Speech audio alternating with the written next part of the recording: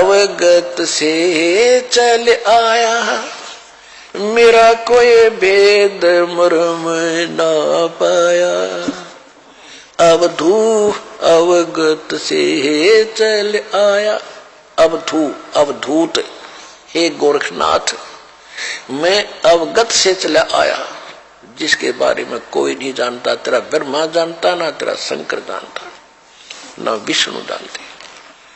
अवधू अवगत से चल आया, मेरा कोई भेद मर्म ना पाया।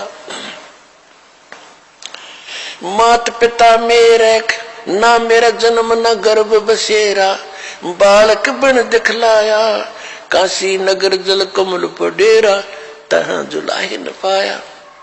मात पिता मेरे कछु नाही, ना मेरे घर दासी, जुल्ला का सुत आण कहाया, जगत करो मेरी हंसी। मात पिता मेरे कछु नाही, ना मेरे घर दासी, ये जुल्ला का सुत आण कहाया, जगत करे मेरी हंसी।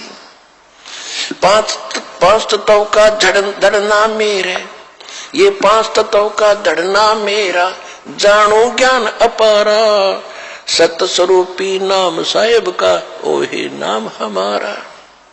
अदर दीप सतलोक में, अदर दीप भवन गगन गुफा में, तान्य वस्तु सारा, तेरा ज्योत स्वरूपी अलख निरंजन, वो डरता ध्यान हमारा।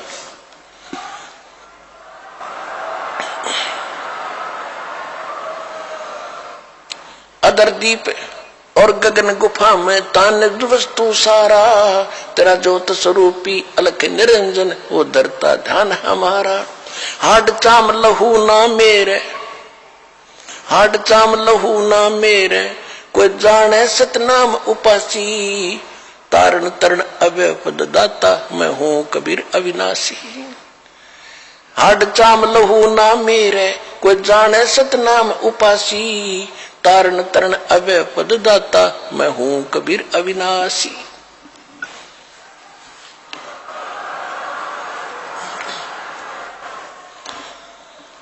अपने आत्माओं सूक्ष्म वेद में फिर गरीबदास जी ने बताया है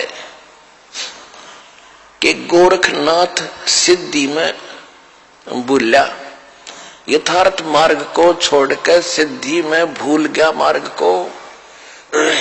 गोरखनाथ सिद्धि में भूला और टूने टामण हांडा फूला, ये मुर्दे तक को जीवित कर दे, पहाड़ को सोना बना दिया।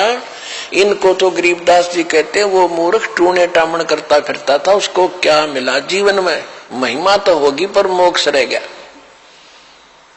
मन तो सुख के सागर बस रे भाई, और ना ऐसा यस रे भाई, तो सुख के सागर बस रे भाई, और ना ऐसा यस रे। देखो इसको कहते तत्व ज्ञान, इसको कहते सूक्ष्म वेद। अब हम एक ही बात को सुनकर उसकी महिमा गाते रहते थे, उसी के गुण गाते रहते थे, हमें पता नहीं था। इतनी जबरदस्त सिद्धियां दिखाने वाला व्यक्ति और कति जीरो था, -0 था अध्यात्म मार्ग में। अब गोरखनाथ कहते हैं गोरखनाथ सिद्धि में बुल्या और टूने टामण हांडे फुल्या, और जंतर मंत्र जोग निभाई और काल चक्कर जम जोरा खाई, तुम हो जम की फर्दी माही। गोरखनाथ को कबीर साहब ने कहा कि तू तो काल की फर्द में चढ़ रहा है। फर्द, फर्द कौन सा हो जो परमानेंट आपकी जमीन हो जाती है ना, आपकी फर्द में आ जाती है तो आपका नाम होगी वह पक्की। तो परमात्मा ने कहा कि तू तो काल की फर्द में चढ़ रहा है, काल का फिर गधा बनेगा अगले जन्म में। ये तो सिद्ध पाक क्या महिमा होगी तेरी। सिद्ध नहीं, ये गधे हैं जो जाने नहीं सतनामा। कहते जिनके पास सतनाम नहीं वो आज भी गधे हैं, वो सिद्ध नहीं है। हम उसको सिद्ध पुरुष कहते थे।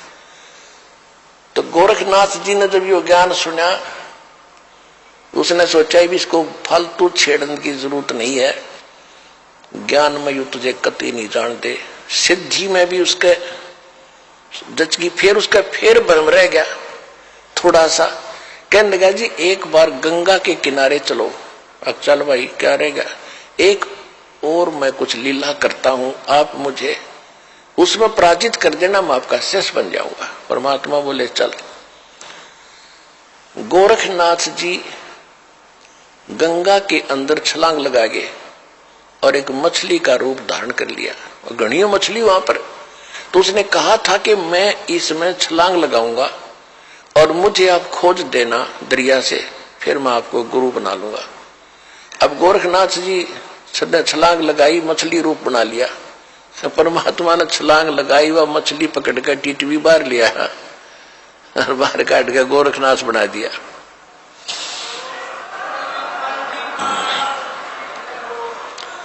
फिर गोरखनाथ चरणों में गिर गया। अपने आत्माओं देखो कि क्या बुरी करता काल हमारे साथ। अब भक्ति तो ये दास कराएगा आपको भगवान की दी हुई। जो सौभाग्यशाली और अच्छी तरह ज्ञान को समझेंगे वो तो सतलोक चले जाएंगे।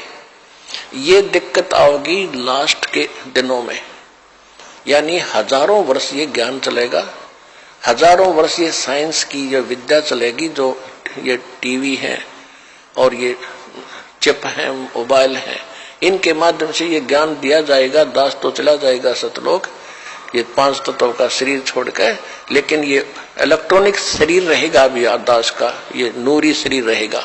टीवी पर चला करेगा, नाम दिया करेंगे, नाम चलेगा। ऐसे तो फिर सार नाम भी टीवी सीडी से दिया जाएगा, दास के जाने के बाद व्यवस्था की जाएगी। लेकिन फिर लास्ट में ये विज्ञान भी खत्म हो जाएगी, ये ज्ञान ज्ञान रह जाएगा। तो ये ज्ञान कुछ दिनों तक चला करता है।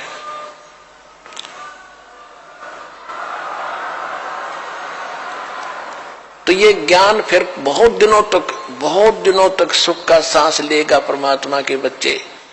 और जो सत भक्ति करेंगे, मर्यादा में रहकर पार होते चले जाएंगे, लेकिन सुख बहुत ज्यादा सुखी होंगे।